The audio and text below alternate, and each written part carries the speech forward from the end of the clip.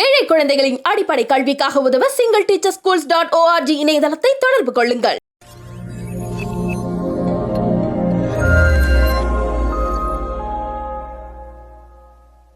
திமுகவே file பண்ண case. அவங்க அதிமுகவில் அவர் அமைச்சராக இருக்கார், மின்துறை அமைச்சராக இருக்கார்.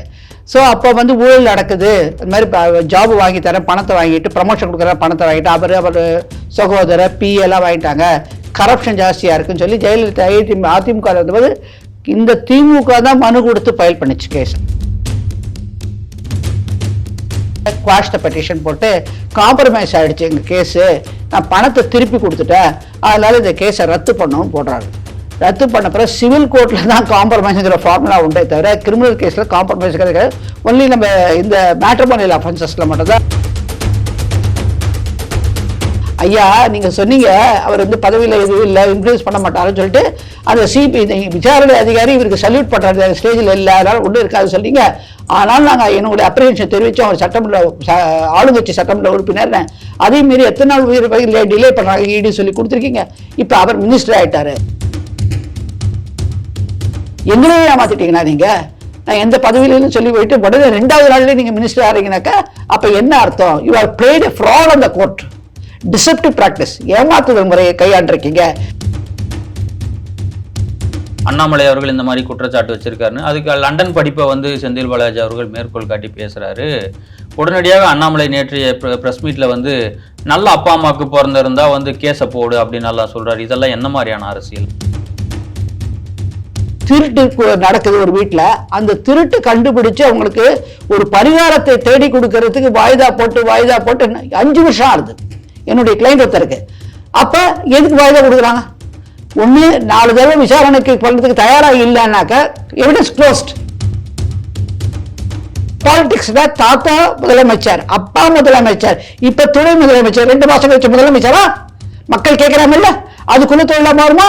கேட்டா என்ன சொல்றீங்க நீங்க? எங்களை மக்களால் தேர்ந்தெடுக்கப்பட்டோம், மக்களால் தேர்ந்தெடுக்கப்படுறது அந்த கட்சியில் இருக்கிறவனுக்கு சீட் கொடுக்குறாங்கல்ல, அதே மாதிரி பழைய காலத்தில் அவங்க தாத்தா காலத்தில் சில பேர் தொண்டர்களாக இருக்காங்க அந்த கட்சியில், ஏன் அவங்களுக்கு சீட் கொடுக்கறதுக்கு போடுறீங்களா நீங்க முதலமைச்சர் ஆகிறதுக்கு? இதே 2G கேஸ்ல பாஜக ஆட்சிக்கு 10 வருடங்கள் ஆச்சு, இப்போ 3வது டேர்ம்ல இருக்காங்க. கேஸ்லயும் எந்த ஒரு முன்னேற்றமும் இல்லையே.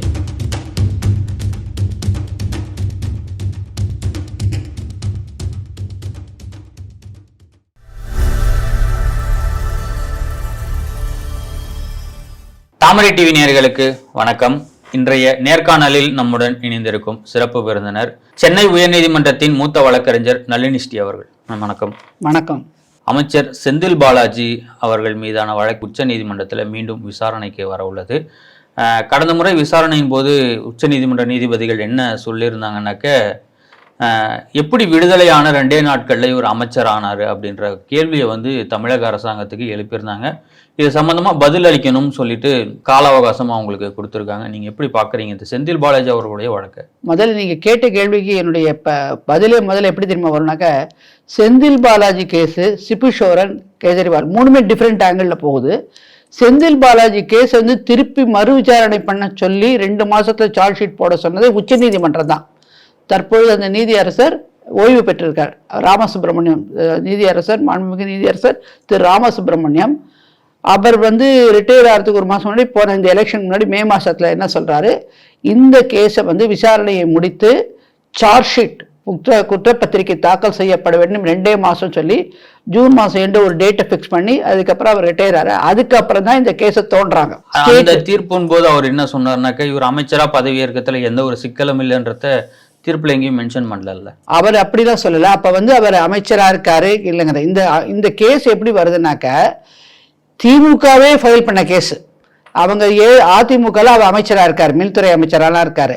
ஸோ அப்போ ஊழல் நடக்குது, இந்த மாதிரி ஜாப் வாங்கி தரேன், பணத்தை வாங்கிட்டு ப்ரமோஷன் கொடுக்குற பணத்தை வாங்கிட்டு அவர் சகோதரர் எல்லாம் வாங்கிட்டாங்க, கரப்ஷன் ஜாஸ்தியாக இருக்குன்னு சொல்லி ஜெயலலிதா அதிமுக இருந்தபோது இந்த திமுக தான் மனு கொடுத்து ஃபைல் பண்ணிச்சு கேஸ். அந்த கேஸை இதுக்கப்புறம் அப்படியே வச்சுட்டே இருந்தாங்க, சிபிசிஐடி விசாரிக்கவே இல்லை. அதுக்கப்புறமா என்ன ஆச்சு, இங்கே சேர்ந்துட்டார் அவர். ஸோ அங்கே தள்ளப்பட்டப்பறம் இங்கே அடைக்கலம் பண்ணிட்டாரு. ஸோ அந்த கேஸை ஆக்சுவலாக மினிஸ்டர்னா அப்படியே உடப்புல போட்டுருவாங்க. அதுவும் இவர் எப்படி மினிஸ்டராக இருக்க ட்ரீட் பண்ணுறாங்கனாக்க, முதலமைச்சர் தன் பிள்ளையோட மேல வந்து பாசமா பாக்குறாராம். பாசம்னாக்கா அப்பீஸ்மெண்ட்டை பாத்துக்கங்க என்ன பாசம்ட்டு. அதனால அப்படியே கடவுளை போட்டாங்க. பாதிக்கப்பட்டவர்கள் இப்படி இருக்கிறச்ச இவர் என்ன பண்றாரு, தானா ஒரு மனு போடுறாரு ஹைகோர்ட்ல. என்னன்னாக்க குவாஷ் த பெட்டிஷன் போட்டு காம்ப்ரமைஸ் ஆயிடுச்சு எங்க கேஸு, நான் பணத்தை திருப்பி கொடுத்துட்டேன், அதனால இந்த கேஸை ரத்து பண்ணணும்னு போடுறாரு. ரத்து பண்ண பிறகு சிவில் கோர்ட்ல தான் காம்ப்ரமைஸ்ங்கிற ஃபார்முலா உண்டே தவிர கிரிமினல் கேஸ்ல காம்ப்ரமைஸ் கிடையாது. ஒன்லி நம்ம இந்த மேட்ரிமோனியல் அஃபென்சஸ்ல மட்டும் தான் டவுரியில் அரெஸ்ட் பண்ணி கொடுத்து 498 வரைச்ச குவாஷ் வரைச்ச சரி உங்களுக்கு ஃபேமிலி கோர்ட்டில் பார்த்துக்கிறீங்களா விவாகரத்தை இங்கே பணம் இதெல்லாம் கொடுத்து செட்டில் பண்ணிட்டீங்களா, அப்போ வந்து காம்ப்ரமைஸாக அலோவ் பண்ணுறாங்க. ஆனால் இந்த கேஸில் வந்து ப்ராசிக்யூஷன் தான் கேஸை வித்ட்ரா பண்ண முடியுமே தவிர நான் பணம் கொடுத்துட்டு ஒரு அக்யூஸ்ட் வந்து கம்ப்ளைண்ட் எடுக்க பணம் கொடுத்து செட்டில் பண்ணிட்டேங்கிற ஃபார்முலா வந்து எடுபடாது. அதுதான் கேட்டாங்க. அது எப்படி நீங்கள் வந்து பண்ணுவீங்க, கேட்டது ரத்து கேட்டாலும் இங்கே இருக்கிற நீதி அரசர் குவாஷ் பண்ணுறாரு, ரத்து பண்ணுறாரு. அது மேலே தான் இந்த பணம் பாதிக்கப்பட்டவர்கள் அவங்க பணம் போய் சேரலை, இவர் ஏமாற்றி பண்ணான்னு சொல்லிட்டு உடனே சுப்ரீம் கோர்ட்டுக்கு போகிறாங்க. சுப்ரீம் கோர்ட் போறச்சு அவர் வந்து மாற்றாரு. அப்பதான் இந்த முடிவுக்கு போறச்சு இந்த கேஸ் வந்து நீதியரசர் மாண்புமிகு நீதியரசர் ராமசுப்ரமணியம் அவர்கள் இந்த மாதிரி ஒரு டைரக்ஷன், அவர் ரிட்டையர்மெண்ட் ஆகிற சமயத்தில் இந்த மாதிரி ஒரு டைரக்ஷன் கொடுத்து இதுக்குள்ள சார்ஜ் ஷீட் பண்ணணும் அப்படின்னு சொல்லிட்டு இது வந்து இந்த ரத்தல ஏற்றுக்க முடியாது, அப்படி வந்து நீங்க காம்ப்ரமைஸ் பண்ணுவீங்க அப்படின்னு சொல்லிட்டு போறாரு. அதன் பேர்ல தான் திருப்பி வந்து விசாரணைன்னு சொல்லிட்டு பண்ணிக்கிட்டே இருக்கிறச்ச இதனுடைய தரவுகள் வந்து இங்க இன்கம் டாக்ஸ் டிஸ்ப்ரொபோர்ஷனல் போனதுல ஈடிக்கு போகுது. அப்பதான் உங்களுக்கே தெரியும் ஈடி ரைடு வந்து ட்ராமா போட்டது எல்லா விஷயமே தெரியுது. ஒரு அரெஸ்ட் பண்ணாங்க, பல தடவை போய் பெயிலாம் போட்டாங்க, கிடைக்கல. கடைசியா என்னன்னாக்க பெயிலுக்கோ ஒரு பவர்ஃபுல் போஸ்ட்ல இருக்காரு, டேம்பர் பண்ணுவார், விட்னஸை மிரட்டுவாரு, கொடுக்கக்கூடாது சொல்லிட்டே இருக்காங்களேன்னு சொல்லிட்டு அவங்களுக்குள்ளேயே ஒரு தீர்மானம் போட்டுக்கிறாங்க கட்சிக்குள்ளேயே. சரி நீ இப்போ டெம்பரரி ரிசைன்மெண்ட் அதானே உனக்கு தடங்கலா இருக்க, அப்புறம் பார்த்துக்கலாம், ரிசைன் பண்ணிட்டு மூவ் பண்ணு கேஸை. அதுக்குள்ள இருக்க ஹார்ட் பேஷண்ட் அப்படி இப்படிலாம் ஒரு ட்ராமா முடிஞ்சது எல்லாருமே தெரியாது. திருப்பி இல்லை அந்த சமயத்துல ஈடியும் ஒரு முக்கியமான வாதத்தை வந்து நீதிமன்றத்தில் வச்சாங்க. அதிகாரம் மிக்க அமைச்சரா இருக்காரு, இவர் வந்து பதவியை ராஜினாமா பண்ணுன்ற கோரிக்கைகள்லாம் வச்சாங்க. ஆனா இப்போ உச்ச நீதிமன்றத்துல இடி போயிட்டு எந்த ஒரு வழக்கும் தாக்கல் பண்ணல. இல்ல ஒரு நிமிஷம் நான் சொல்ல விரும்புறேங்க. அவர் வந்து இவருடைய பவர்ஃபுல்னஸ் வந்து ஹைலைட் பண்றாங்க, ஈடின்னு சொன்னோட தான் கிடைக்க மாட்டேங்குது. என்ன பண்ணாங்க, ஒரு சமயோஜனம் பண்ணி ரிசைன் பண்றாரு. ரிசைன் பண்ண உடனே நான் இப்போ எந்த பொறுப்புலையுமே இல்லை, இன்ஃப்ளூயன்ஸ் பண்ண மாட்டேன், நான் வந்து போலீஸ் அதிகாரிகளை தான் மிரட்ட மாட்டேன், எனக்கு முகாந்திரம் கிடையாது, எனக்கு ஜாமீன் கொடுக்க கேட்குறாரு. இவ்வளோ தூரம் சரி அப்படிங்கிற பட்சத்தில் அவங்களுக்கு ஜாமீன் கொடுக்குறாங்க. அப்போ கூட இடி வந்து அப்போஸ் பண்ணலங்கிறது இல்லை, இடி அப்போஸ் பண்ணுது. இவர் வந்து இப்போ இன்னைக்கு நீங்கள் ஒரு எம்எல்ஏவா இருக்கார், மினிஸ்டரா இருக்கிறது ஒண்ணு, எம்எல்ஏவா இருக்கிறது, மக்கள் பிரதிநிதியா இருக்கிறச்ச அந்த பார்ட்டில அவருடைய இன்ஃப்ளூயன்ஸ் எவ்வளவு இருக்குங்கிறது திருப்பி ஸ்ட்ரெஸ் பண்றாங்க. இல்ல இந்த வழக்குல உச்ச நீதிமன்றத்துல வழக்கு தொடுத்தவங்கள தனிநபர்களா தான் வழக்கு தொடுக்கு, ஈடி எங்கேயுமே வழக்கு தாக்கல் பண்ணல. ஈடி முதல்ல பெயில் கொடுக்கும் போது டினை பண்ணுதுங்க ஏபி கொடுக்கறச்ச. அப்ப சொல்றாங்க அந்த விஷயத்த, அப்ப சொல்றாங்க இவர் வந்து ஒரு முக்கியமான சட்டமன்ற உறுப்பினராக இருக்காரு, இன்ஃப்ளூயன்ஸ் பண்ணுவாங்க அப்படின்னதுக்கு தான் அப்ப உச்ச நீதிமன்றம் ஒரு கேள்வி கேட்டது. சரி இதையே சொல்லிக்கிட்டு அவர் எவ்வளவு நாள் ஜெயிலில் இருப்பாரு, ஒண்ணு வழக்க சீக்கிரம் தாக்கல் பண்ணி எக்ஸ்பிளைன் பண்ணுங்க, விசாரிங்க. நீங்க விசாரிக்கிறது என்ன சொல்றீங்க, இவ்வளவு பேர் நாங்கள் டாக்குமெண்ட் எடுத்திருக்கோம், அவ்வளவு எடுத்திருக்கோம், அவர் சப்ளை கேட்கிற டாக்குமெண்ட் கீழ்மலை நீதிமன்றம் லேட் ஆகுதுன்னு சொல்றீங்க. அவர் எவ்வளவு நாள் உள்ள இருப்பாரு பிழை கைதியா, அதனால விடுதலை பண்றோம், அவர் எந்த பொறுப்புலையும் இல்லை சொல்லி அந்த முகாந்திரத்துல வெளியில வராரு. வரும்போது கூட அப்ப என்ன நினைச்சாங்க, இவங்கெல்லாம் பணம் ஏமாந்தவர்கள்லாம் வந்து குறுக்கிடுறாங்க. இல்ல இல்ல இல்ல அவர் மினிஸ்டரா இல்ல, திருப்பி அவங்க ஸ்ட்ரெஸ் பண்றாங்க. எப்படி வெளியில வந்துட்டாரு. வந்ததுக்கு அப்புறம் 2 நாள்ல உடனே வந்து பாதிக்கப்பட்டவர்கள் மனு போடுறாங்க. என்ன பண்ற, வந்த உடனே காத்திருந்த கிளிகிற மாதிரி உடனே போயிட்டு அப்ப கூட மேதகு ஆளுநர் வந்து மறுக்கிறாரு அவருக்கு பதவி பிரமாணம் வைக்கிறதுக்கு. ஆனா இவங்க திருப்பி வந்து இப்படி செட்டப் பண்ணி அவரை வந்து ஒத்துக்க வச்சு இவங்க வந்துடுறாங்க. ஏன்னா பீப்புள் ரெப்ரசன்டேட்டிவ் ஆக்ட் இதுதான் நாங்கள் சொல்ல விரும்புறது என்ன இந்த இடத்துல ஒரு வழக்கறிஞரா, இந்த சட்டங்கள்லாம் ஆங்கிலேயர் காலத்துல கொண்டு வரப்பட்ட சட்டங்கள், இறையாண்மை கூட இந்த காலத்துல வந்து அப்ப வந்து மக்களுடைய மனசாட்சிக்கு இதுவா வச்சு பண்ணிட்டாங்க அந்த ஆங்கிலேயர்கள், அவங்களுக்கு இப்ப சாதகமா. ஆனா இப்ப நம்மளுடைய நாகரிகத்துக்கும் இப்ப இருக்கிற சூழ்நிலைக்கும் மக்களுடைய மன ரீதிக்கும் இது சுத்தமா பொருந்தாது. அதுல இருக்கிற ரூப் ஹோல்ஸ் வச்சுட்டு பீப்புள் ரெப்ரசன்டேட்டிவ் ஆக்ட்ல எந்த பேனும் கிடையாது, பெயில இருந்தா நீங்க பதவி பிரமாணம் பண்ணி வைக்கணுங்கிறத சொல்லி அவங்க வர. இப்ப கூட இதுல பேன் இல்லை, எதுவுமே பார் கிடையாது பீப்புள் ரெப்ரசன்டேட்டிவ் ஆக்ட்ல, கான்ஸ்டிடியூஷன் இல்ல. அதனால பதவி பிரமாணம் வச்சு உடனே அமைச்சராகிறாரு. அவர் அமைச்சராக்கினா தான் தன் பிள்ளை துணை அமைச்சராக்குங்கிற ஒரு சுச்சுவேஷன் உள்ளுக்குள்ள இருக்குது அவங்களுக்கு, ஆளுங்கட்சிக்கு. அதனால கொண்டு வந்துடுறாங்க. இப்ப முடிஞ்சதுக்கு அப்புறம் தான் உடனே 2வது நாள்ல பாதிக்கப்பட்டவர்கள் உச்ச நீதிமன்றத்தில் ரத்துக்கு போடுறாங்க. ஐயா நீங்க சொன்னீங்க அவர் வந்து பதவியில எதுவும் இல்லை, இன்ஃப்ளூயன்ஸ் பண்ண மாட்டாருன்னு சொல்லிட்டு அந்த விசாரணை அதிகாரி இவருக்கு சல்யூட் பண்ற ஸ்டேஜில் இல்லை, அதனால ஒன்றும் இருக்காது சொன்னீங்க. ஆனால் நாங்க என்னுடைய அப்ரிஹென்ஷன் தெரிவிச்சோம், அவர் சட்டமன்ற ஆளுங்கட்சி சட்டமன்ற உறுப்பினர், அதே மீறி எத்தனை நாள் டிலே பண்றாங்க இடி சொல்லி கொடுத்துருக்கீங்க. இப்ப அவர் மினிஸ்டர் ஆயிட்டாரு, மினிஸ்டர் ஆனா விசாரணை அதிகாரியே அவரை பார்த்து சல்யூட் அடிக்கிற நிலைமை, அப்ப எங்களுக்கு எப்படி நியாயம் கிடைக்கும்? இதை நீங்க விசாரிக்கணும்னு சொல்றாங்க. நார்மலா கான்சலேஷன் ஆஃப் பெயிலுங்கிறத சுப்ரீம் கோர்ட் அவ்வளவு சீக்கிரத்தில் எடுக்காது.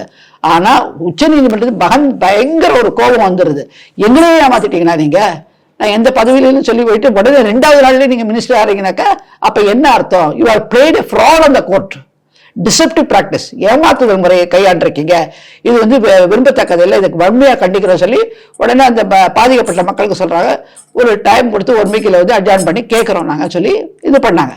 அது பண்ணி இப்ப விசாரணைக்கு திரும்ப அட்ஜாயின் வந்து இப்ப கேட்டாங்க விளக்கம், நீங்க எப்படி வந்து மினிஸ்டர் ஆனீங்க?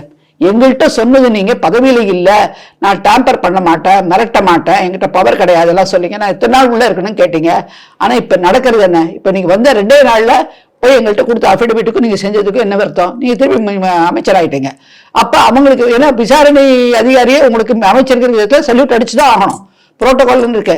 அப்ப இது என்ன நியாயம் இருக்கும்? அது இப்ப 44 சொன்னீங்க உங்க வழக்கு வந்தபோது, இப்ப 2000 விட்னஸஸ் இருக்காங்க, சாட்சிங்கிறாங்க. அப்படின்னா 2000 சாட்சிகள் நடக்க முடியாத ஒரு சிச்சுவேஷனை கொண்டு வந்து கேஸ தப்பிக்கலாம், ரிகல் அவுட் பண்ணலாம், வெளியில போலாம் பாக்குறீங்களா அப்படின்னு சொல்லி ரொம்ப உச்ச நீதிமன்றம் பயங்கர கோபத்துல இருக்கு.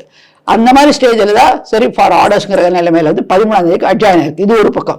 இப்ப நம்ம சொன்ன அதுக்கு நடுவில் பாதிக்கப்பட்டவர்கள் ஒருத்தவங்க வந்து இந்த வழக்கை 1 வருஷத்துக்குள்ள முடிச்சாகணும். ஏன்னா இவர் வந்து அடுத்த சட்டமன்றம் 2026 வரப்போகுது. இவங்க என்ன பண்ணுவாங்க, திருப்பி நீங்க பாத்தீங்க திண்டுக்கல்ல என்ன நடந்ததுன்னு இவர் பண்ணச்ச. சோ இப்ப வந்து என்ன பண்ணுவாங்க, இவர் வந்து திருப்பி அமைச்சராக நீடிக்கிட்டே இருந்தானாக்கா இந்த 1 வருஷத்துக்குள்ளேயே என்ன ஆகும், இவங்க வந்து போயிடுவாங்க. இந்த கவர்மெண்ட் வச்சு திருப்பி வந்தாலும் இந்த அரசாட்சி இருக்கிறச்ச இது நடக்க போறது இல்ல, அப்படியே கடப்புல போட்டுருவாங்க. அதுக்கோசரம் நெருக்கடி கொடுக்கணும், 1 வருஷத்துக்கு முடிக்கணும்னு சொல்லி அவங்க டைம் ஃப்ரேம் கேட்கறாங்க பாதிக்கப்பட்டவங்க. அந்த வழக்கில் இன்னைக்கு திருப்பி வந்து சிபிசிஐடி எல்லாம் சொல்றாங்க, இல்ல 44 இருந்து 2000 விட்னஸஸ் நாங்கள் விசாரிக்கணும் சாட்சியங்களை, அதனால இந்த மாதிரி வேற வேற கேஸுகள் இருக்கு, எல்லாத்தையும் இணைக்கிறோம். இணைக்கிறது எத்தனை நாள் அப்படின்னு சொல்லிட்டு கோவப்பட்டு இப்ப இதுக்கு கிறிஸ்துமஸ் வெக்கேஷனுக்கு மூடுது எல்லா கோர்ட்டுமே, சுப்ரீம் கோர்ட் ஆகும், சபார்டினேட் எல்லாமே, கீழ்மை நீதிமன்றம் எல்லாமே, உச்ச நீதிமன்றம், உயர் நீதிமன்றம். அதனால எப்படி 10 நாள் தள்ளி போறதுனால ஜனவரி 10ஆம் தேதி திறந்ததுக்கு அப்புறமா 10ஆம் தேதிக்கு வச்சிருக்காங்க. அன்னைக்கு வந்து இந்த 1 வருஷத்துக்குள்ள முடிக்கணுமாங்கிற நெருக்கடியில தள்ளப்படுவார் செந்தில் பாலாஜி. அதையும் தாண்டி செந்தில் பாலாஜி நான் இப்ப சொன்ன மாதிரி அமைச்சர்கிறது ஒரு ஸ்டேட்டஸை என்ஜாய் பண்ண பாக்குறாரு. அதுக்கான எல்லா சலுகைகளும் அவருக்கு கிடைக்கும் அமைச்சர்னால. இதை பயன்படுத்திக்கிட்டு தான் இந்த அதானி சமாச்சாரத்துல பாஜக மாநில தலைவர் மாதிரி திரு அண்ணாமலை ஐபிஎஸ் என்ன கேட்டாங்க, வந்து இப்ப அதானியை பத்தி முழக்க கேட்டுட்டு இருக்காரு ராகுல் காந்தி. அவர் அதை தவிர எதுவும் பேச மாட்டாரு. அது சம்பந்தமா இப்ப உங்களுக்கே தெரியும், அந்த ரிப்போர்ட் ஒன்று வந்தது, அமெரிக்கன் கோர்ட் வந்து அதை எடுத்திருக்கு, காகனிசன்ஸ் எடுத்திருக்கு. அதுல வந்து இந்த இந்தியன் கவர்மெண்ட் சரி ஸ்டேட் கவர்மெண்ட் இருக்கிறவங்க திமுகவை சேர்த்து காட்டுது. அதை பத்தி கேட்டப்போதான் இது யாருக்கு கொடுக்கப்பட்டிருக்கிறது விலாவரியா அடுத்த பிரஸ் கான்பரன்ஸ்ல பாப்பீங்கன்னு சொல்லி பாஜக மாநில தலைவர் திரு அண்ணாமலை அவர்கள் சொன்னாங்க ஒரு இடத்துல. சொல்லிட்டு நாங்க சில விஷயங்கள்ல இப்ப ஊருக்கு போயிட்டு வந்திருக்கோம், நாங்க வந்ததுக்கு அப்புறம் பண்றோம். இதை கேட்ட உடனே என்ன பண்றாரு ஒரு முதலமைச்சர், பொறுப்பான முதலமைச்சர் வெள்ளை அறிக்கை கொடுக்க வேணும் கேட்ட போது உடனே என்ன சொல்றாரு, இல்ல பாலாஜி, அவர் செந்தில் பாலாஜி விட்டு மின்சாரத்துறை அமைச்சர், அவர் வந்து அந்த மாதிரி முதலமைச்சர் வந்து பார்க்கவே இல்லை, அவங்க குடும்பத்துல யாரையும் பார்க்கல, அதானிக்கு சம்பந்தமே கிடையாது, ஒருத்தரையும் பார்க்கல, எந்த இதுவும் நடக்கல, மறுப்பு தெரிவிச்சு போயிட்டாரு. அப்படியே பிரஸ் கான்ஃபரன்ஸ் சொல்லி கடந்து போயிட்டாரு. திருப்பி இதை எழுப்பவே இப்ப சமீபத்துல 2 நாளைக்கு முன்னாடி ஒரு பத்திரிகையாளர் சந்திப்புல சொல்றாரு, இல்ல இந்த மாதிரிலாம் அவதூறா பேசிக்கிட்டே இருந்தா வழக்கு பதியப்படும். ஒரு பிரஸ் ரிலீஸ் எச்சரிக்கையாவே வந்து கொடுத்திருந்தாரு. மிரட்டுறது எச்சரிக்கை இல்ல, மிரட்டுறது உருட்டுற மாதிரி பேசுறாரு. ரைட் இல்ல அதான் விளக்கம் கொடுத்துட்டாரு இல்ல, நாங்க எந்த ஒரு ஒப்பந்தமும் போடலன்றத விளக்கம் கொடுத்ததுக்கு அப்புறம் நீங்க அவதூறு பரப்பதான் அது கருதப்படும். நீங்க விளக்கம் வாயில சொன்னாச்சா, show the document, white paper place பண்ணி. இப்ப மணிப்பூர்ல உள்துறை அமைச்சர் திரு மாண்புமிகு உள்துறை அமைச்சர் வந்து மத்திய அரசுல வந்து திரு அமித்ஷா அவர்கள், அங்க ஸ்டேட் கவர்மெண்ட்ல ஒரு பிஜேபி இருக்கு, அங்க ஒரு உள்துறை அமைச்சர் இருக்காங்க. அங்க நடக்கிற விவாதத்துக்கு உள்துறை அமைச்சர் போறாரு மத்திய அரசுல இருந்து, அங்க இருக்க உள்துறை பாக்குறாங்க, கண்ட்ரோல் பண்ணி பேசிட்டு இருக்காங்க. ஆனா நீங்க என்ன சொல்றீங்க, இல்ல இந்த மத்திய அரசு துறைக்கு தலைவர் வந்து மாண்புமிகு பிரதமர் மோடி அவர்கள், அவர் ஏன் போலன்னு கேக்குறீங்க. அதே ப்ரொபோஷன் லைவ்ல வச்சு பாருங்க. இதே வந்து உள்துறை மின்சாரத்துறையும் யாருக்கு மேல வந்து சூப்பர்வைசரா வராரு, சிஎம் தான், முதலமைச்சர். அப்ப முதலமைச்சர் பத்தி இன்னும் பார்க்க போனா ஒரு ஸ்டெப் ஃபர்தரா பாத்தீங்கன்னாக்க, மேல தாண்டி பாக்குறீங்கன்னாக்க இதை சேர்த்து வச்சு பேசுறதே முதலமைச்சர் குடும்பத்தை வச்சுதான் சேர்த்து வச்சு பேசுறாங்க. அப்ப முதலமைச்சரே தன்மான உணர்வோட இல்ல, நாங்க தன்மான உணர்வோட இருக்குன்னு சொல்றாரு. அந்த தன்மான உணர்வோட பிரஸ் கூப்பிட்டு எனக்கு அதுக்கு சம்பந்தம் இல்லை, ஏன் ஒரு வாய்ப்பை சொல்ல மாட்டேங்கிறாரு. அதை விட்டு இல்ல, அது துறை அமைச்சர் பதில் சொல்லிட்டாரு சொல்லி கடந்து போறாரு ஒரு பத்திரிகை சந்திப்பு. ஏன் அதை கேட்டதுக்கு தான் இதுக்கு அதுதான் திருப்பி இவங்க இன்சிஸ்ட் பண்றாங்க. நீங்க வந்து பாரத பிரதமர் மணிப்பூர் போலன்னு கேட்கறீங்க, உள்துறை அமைச்சர் போனாலும் இதே ஈக்குவேஷன், இதே ஃபார்முலா, இதே அளவுகோல்ல நீங்க வந்து ஏன் பதில் சொல்ல மாட்டேங்கிறீங்க? எதுக்கு செந்தில் பாலாஜி அமைச்சர் சொல்றீங்க? அதனால கேட்டதுக்கு நீங்க வந்து இந்த மாதிரி இது அவதூறு பரப்புறது அர்த்தமா? இருக்கா இல்லையா 2 வார்த்தை சொல்லிட்டு போயிடலாமே, ஏன் மாட்டேன்? அதுதான் பாமகவோட நிறுவன தலைவர் கூட கேட்டாரு. அவருக்கு வேற வேலை இல்லைன்னு சொன்னார். அவரை தரக்குறை ஒரு வயது கூட மரியாதை கொடுக்காம ஒரு இழிவா பேசினார், தரக்குறைவா. அதே மாதிரி செந்தில் பாலாஜி அவர்கள்கிட்ட நேற்று முன்தினம் நினைக்கிறேன் செய்தியாளர்கள் கேள்வி கேட்கிறாங்க, அண்ணாமலை அவர்கள் இந்த மாதிரி குற்றச்சாட்டு வச்சிருக்காருன்னு. அதுக்கு லண்டன் படிப்பை வந்து செந்தில் பாலாஜி அவர்கள் மேற்கோள் காட்டி பேசுறாரு.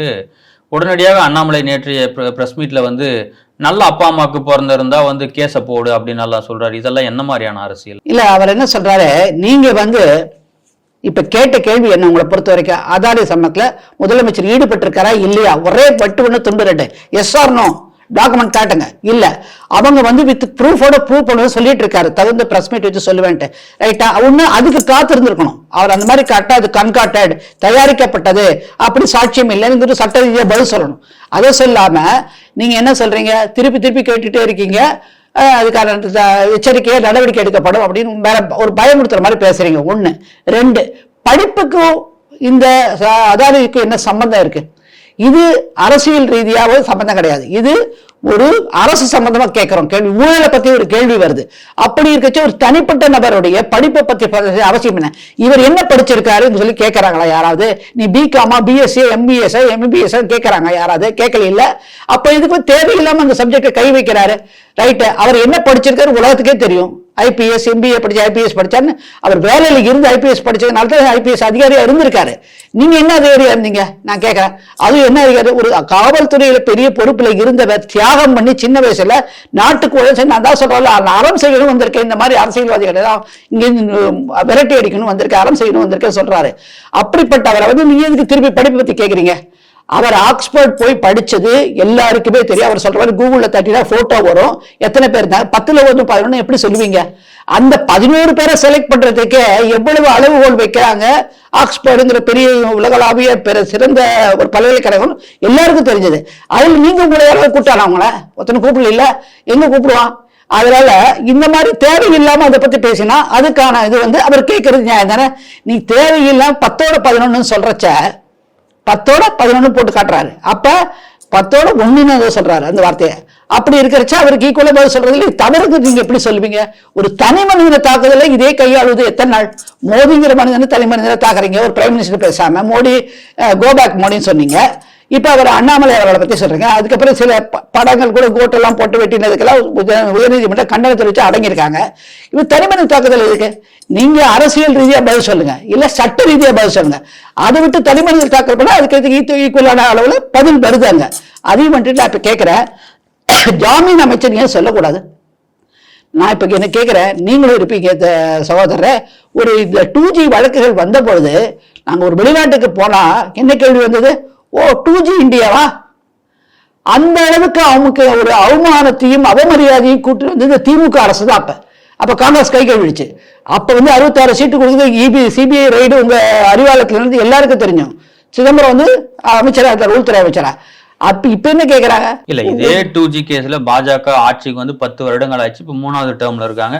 கேஸ்லயும் எந்த ஒரு முன்னேற்றமும் இல்லையே. இது வந்து அரசு தாண்டி நீதிமன்றத்துல பெண்டிங் இருக்கு. இப்ப வந்து என்ன பண்றாங்க, டெல்லி அரசு தான் வந்து அதுக்கான சாட்சியங்களை வந்து கிரியேட் பண்ணி கொடுக்கணும். இல்ல, ஒரு நிமிஷம், உச்ச நீதிமன்றம் போய் உயர்நீதிமன்றத்துல என்ன பண்றாங்க, திருப்பி அனுப்புறாங்க.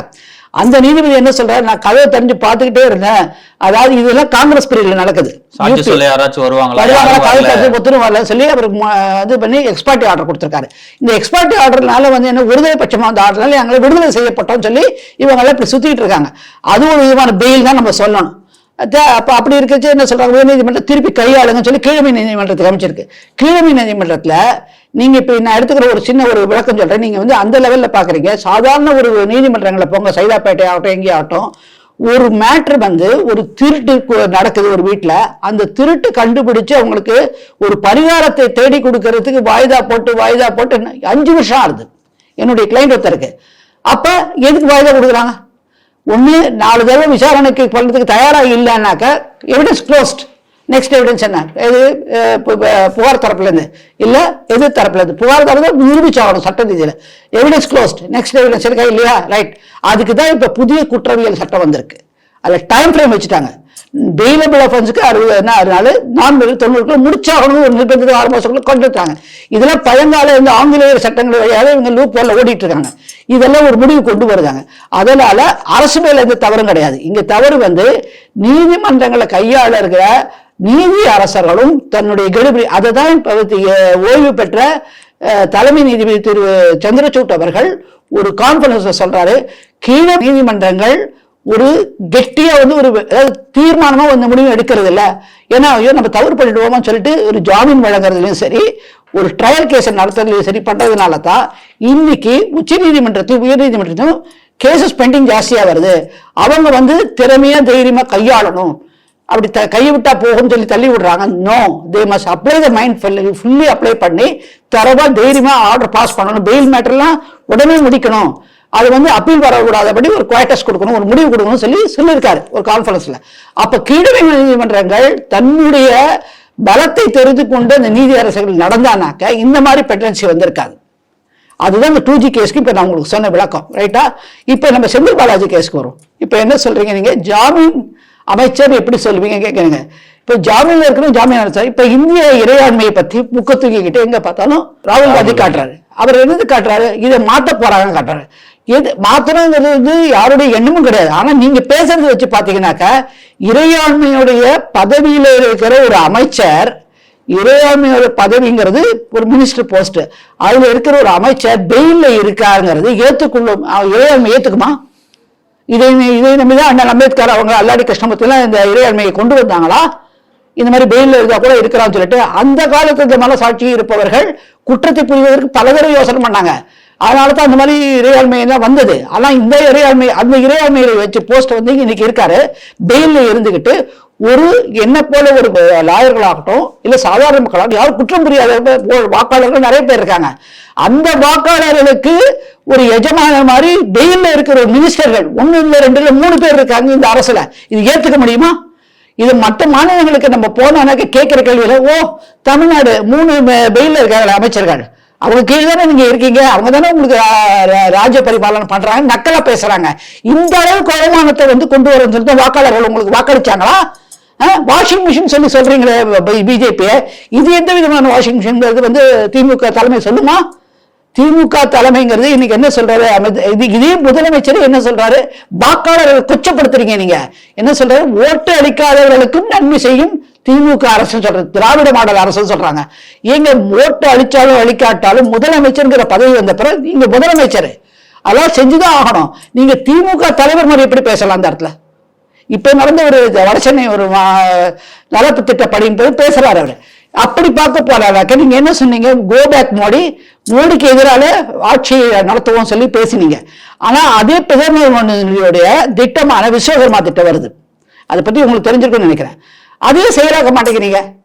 உங்க வாக்களிக்கலைனாலும் இங்க இருக்கிற கைவினைஞர்களுக்கு ஒரு திட்டத்தை கொண்டு வராரு, எல்லாரையும் போல கொண்டு வராரு. உங்களை போல வாக்களிக்காதவர்களுக்கு செய்கிறேன்னு சொல்லி கொச்சப்படுத்தல.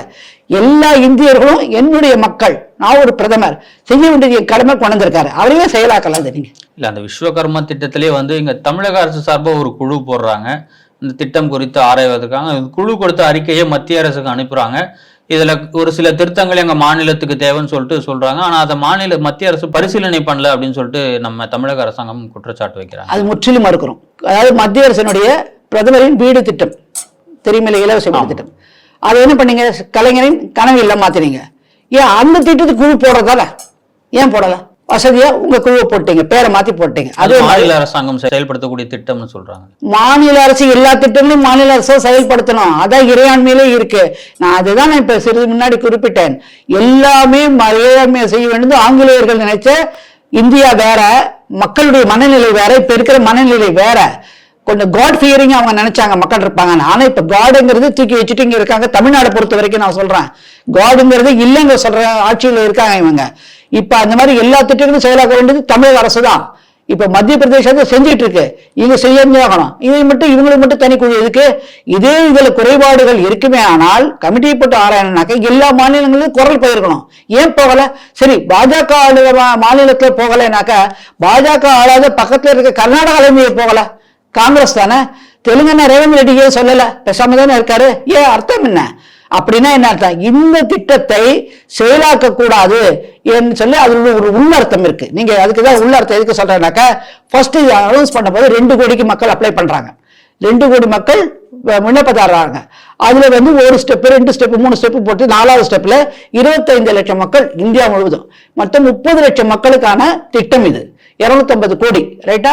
அப்படி இருக்கிறச்ச இங்க தமிழ்நாடுல ஒத்தரவே ரெஜிஸ்டர் பண்ணிட்டு இருக்காங்க. அதோட இம்ப்ளிமெண்ட் பண்ண, அதோட ஸ்டாப் பண்ணிட்டாங்க.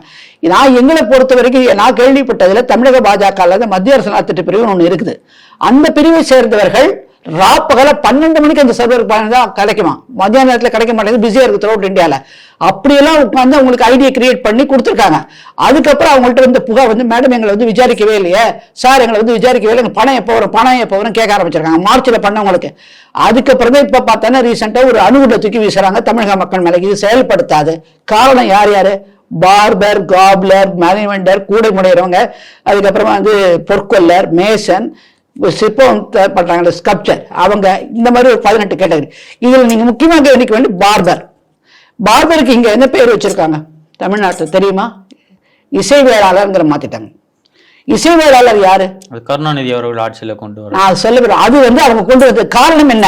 அதுல ஒரு கேடு. இதுதான் விஸ்வகர்மா என்று சொல்வது கைவினைஞர்கள். அவங்களுடைய கை திறமையை பார்த்து ஏழ்மையிலே இருக்காங்களே, இவங்களுக்கு ஒரு மாடர்ன் ஒரு டெக்னாலஜியோட முன்னுக்கு கொண்டு வரணும் கொண்டாங்க. இதுக்கு உதாரணம் சொல்றேன் பாருங்க. இப்ப சலவை தொழிலாளி அவர் என்ன பண்றாரு? கறியை போட்டு பொட்டி வச்சு தேய்ச்சி பண்றாரு, ரைட்டா? ஹேண்ட்மேடு இல்ல. இப்ப சில பேர் எலக்ட்ரிக் இது பண்றாங்க. எலக்ட்ரிக் இது அவங்க ரோட்ல வச்சு பண்ண முடியாது.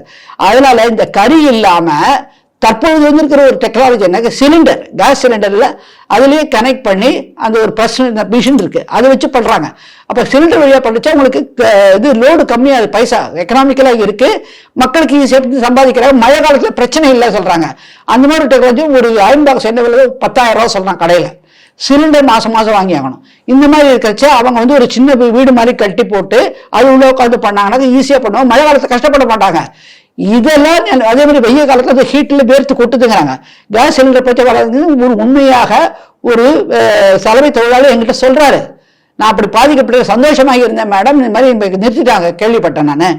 ஏன் மேடம் எங்களை ஓர வந்து? இதே மாதிரி இருக்கிற ஒரு சலவை தொழிலாளி மற்ற மாநிலங்கள்ல இருக்காங்க, அவங்க அதை அந்த திட்டத்தை அனுபவிக்கிறாங்கல்ல. இதே காங்கிரஸ், கர்நாடகாவில் காங்கிரஸ் செயல்படுத்துதில்ல, ஏன் நீங்க மாட்டேன்னு சொன்னீங்க? அப்படின்னாக்க இங்க இருக்கிற சலவை தொழிலாளி ஆகட்டும், அங்க இருக்கிற சலவை தொழிலாட்டும் ஒரே செட் ஆஃப் பீப்புள். இறையாண்மையை பொறுத்த வரைக்கும் ஒரு கிளாஸ், ஒரே கிளாஸ். அப்போ ஒரு கிளாஸுக்கு அநீதி நடக்குது.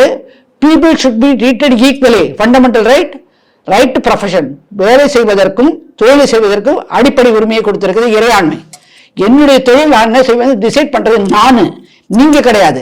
குலத்தொழிலா இல்லையா சொல்லி இப்ப நான் குலத்தொழில் தான் செய்யறதா நான் எடுத்துக்க வேணும். எங்க தாத்தா அட்வொகேட்டு, எங்க சித்தப்பா அட்வொகேட்டு, நான் அட்வொகேட்டு, 3வது பரம்பரையில நான் பண்ணிட்டு இருக்கேன், விருப்பப்பட்டு பண்றேன். இதே சில பேர் விருப்பப்படாம இன்ஜினியர் ஆறாங்க, அது தனிப்பட்ட விருப்பம். அப்படி இருக்க குலத்தொழில் எப்படி சொல்வீங்க? அப்ப பாலிடிக்ஸ் தான். தாத்தா முதலமைச்சர், அப்பா முதலமைச்சர், இப்ப துணை முதலமைச்சர், 2 மாசம் கழிச்ச முதலமைச்சரா? மக்கள் கேட்கிறாங்கல்ல, அது குலத்தொழிலா மாறுமா? கேட்டா என்ன சொல்றீங்க நீங்க? எங்களை மக்களால தேர்ந்தெடுக்கப்பட்டோம். மக்களால தேர்ந்தெடுக்கப்படுறது அந்த கட்சியில இருக்கிறவனுக்கு சீட் கொடுக்குறாங்கல்ல. அதே மாதிரி பழைய காலத்துல அவங்க தாத்தா காலத்துல சில பேர் தொண்டர்களா இருக்காங்க அந்த கட்சியில. ஏன் அவங்களுக்கு சீட் கொடுக்கறதுக்கு விடுறீங்களா? நீங்க முதலமைச்சர் ஆகிறதுக்கு விடுறீங்களா? அப்ப உங்களுக்கு குலத்தொழிலா வருது இல்ல? இது குலத்தொழில். ஒவ்வொருத்தருடைய விருப்பம், right practice profession, right to trade. அப்படி இருக்கிறது நீங்க எப்படி கெடுக்கிறீங்க? அது எப்படி நிறுத்த முடியும்? அப்ப மற்ற மாநிலங்களை செயலாக்கும் போது இந்த மாநிலம் மட்டும் எப்படி கமிட்டி அமைக்கும்? இதுல எப்படி குறை காணும்? குறை கண்டா பிஜேபி இல்லாத ஆட்சியில் இருக்கிற மற்ற மாநிலங்களை கமிட்டி போட்டு தராங்க, ரிஜெக்ட் பண்ணிருப்பாங்க. பட் அவங்க ரிப்ரசென்ட் பண்றாங்க. இந்த குறையை தான் சொல்றது, பழிவாங்கும் படலம். நீங்க இதுல கலைஞருடைய விஸ்வகர்மா திட்டம், விஸ்வகர்மாங்கிறது அவங்களுக்கு அந்த வார்த்தை பிடிக்கல. உண்மையா அதான் விஷயம். மற்றதுல கலைஞருடைய இல்லம், கலைஞருடைய இது அப்படிலாம் பேரை மாத்திட்டாங்க. அதே மாதிரி கலைஞருடைய காப்பீட்டுக்காரங்க மாத்தினாங்க. ஆனா ஆயுஷ்மான் பாரத் இங்க வருது. அந்த ஆயுஷ்மான் பாரத் கூட நீங்க பாத்தீங்களா என்ன தெரியாது, இந்த முதியவர்களுக்கான ஆயுஷ்மான் பாரத்ல அந்த கார்டு பிரிண்ட் பண்ணி வருது. அந்த கார்டுல பாத்தீங்கன்னா பின்னாடி தமிழக அரசு அதிகமாக கொடுத்த மாதிரி தமிழ்ல போட்டிருக்காங்க. ஆனா ஆக்சுவலா முதல்ல கொடுத்திருக்கிறது மத்திய அரசனுடைய பங்களிப்பு ஜாஸ்தி. இந்த மாதிரியான ஒரு சிக்கல் பிரச்சனை வரும் தானே விஸ்வகர்மா வந்து தடுக்கிறாங்க. அது எப்படி நியாயம்? ஒரு ரோடுல உட்காந்து பாவம் கஷ்டப்பட்டு வெயிலையும் மழையிலும் வந்து காலணியை தைக்கிற ஒருத்தர் தான் முன்னுக்கு வரணும் ஒரு கடையை போட்டு செய்யறது ஏன் தடுக்குது? அப்ப என்ன அர்த்தம்? நீங்க சமூக நீதினு பேசுறீங்கல்ல, சமூக நீதினு என்ன சொல்றீங்க? தாழ்த்தப்பட்ட ஒடுக்கப்பட்ட மக்கள் மேற்கொண்டு வரணும், அதான் அர்த்தம்ங்கிறீங்க. கரெக்டா? அப்படிங்கிற பட்சத்தை இப்ப தாழ்த்தப்பட்ட ஒடுக்கப்பட்ட யாரு? வறுமையில எக்கனாமிக்கலி பேக்வர்ட், பொருளாதாரத்துல பின்தங்கினவங்க அவங்க இருக்காங்க, அவங்களுக்கு முடியல. அப்ப வந்து இந்த திட்டத்தை கொண்டு வரச்சு இதையே எதுக்குறீங்க? அப்ப ஹிந்தி படிச்சா என்னென்ன நடக்குது மத்திய அரசு புரிஞ்சிட்டுருவாங்க, அக்கம் பக்கத்துல நாலேஜபிள் ஆயிடுவாங்க, நம்ம பண்ற தப்பு இவங்களுக்கு ஊழல் தெரிஞ்சு போயிடுங்கிற ஆன்டி பூத்துறாங்கன்னு சொல்லி ஒரு மாயை ஒண்ணு. ரெண்டு, இந்த மாதிரி கீழ்த்தரமட்ட மக்கள் மேல வரணும் சொல்லி சமூக நீதி போய் சொல்லி அவங்கள வந்து இன்னைக்கு அவங்க ஏத்துக்கிறது தயாரா இருக்காங்க. மக்கள் எதிர்ப்பு தெரிவிச்சு ஏதாவது பெட்டிஷன் கொடுத்தாங்க அவங்கள்ட்ட, அரசிட்ட கொடுத்துருக்காங்களா? இல்ல விஸ்வகர்மா திட்டம் எங்களுக்கு பிடிக்கல, நோ டோன்ட் இம்ப்ளிமெண்ட் கொடுத்துருக்காங்களா? இல்ல இல்ல. அப்படி இருக்கும்போது இவங்க எப்படி நிறுத்த முடியும்? இதை வந்து உயர் நீதிமன்றத்தில் இதை ஒரு மனுவாக எடுத்துட்டு போனா கட்டாயமாக நீதிமன்றம் தமிழக அரசை செயல்படுத்த சொல்லும் என்பதில் மாற்று கருத்து கிடையாது. Article 14 will play there.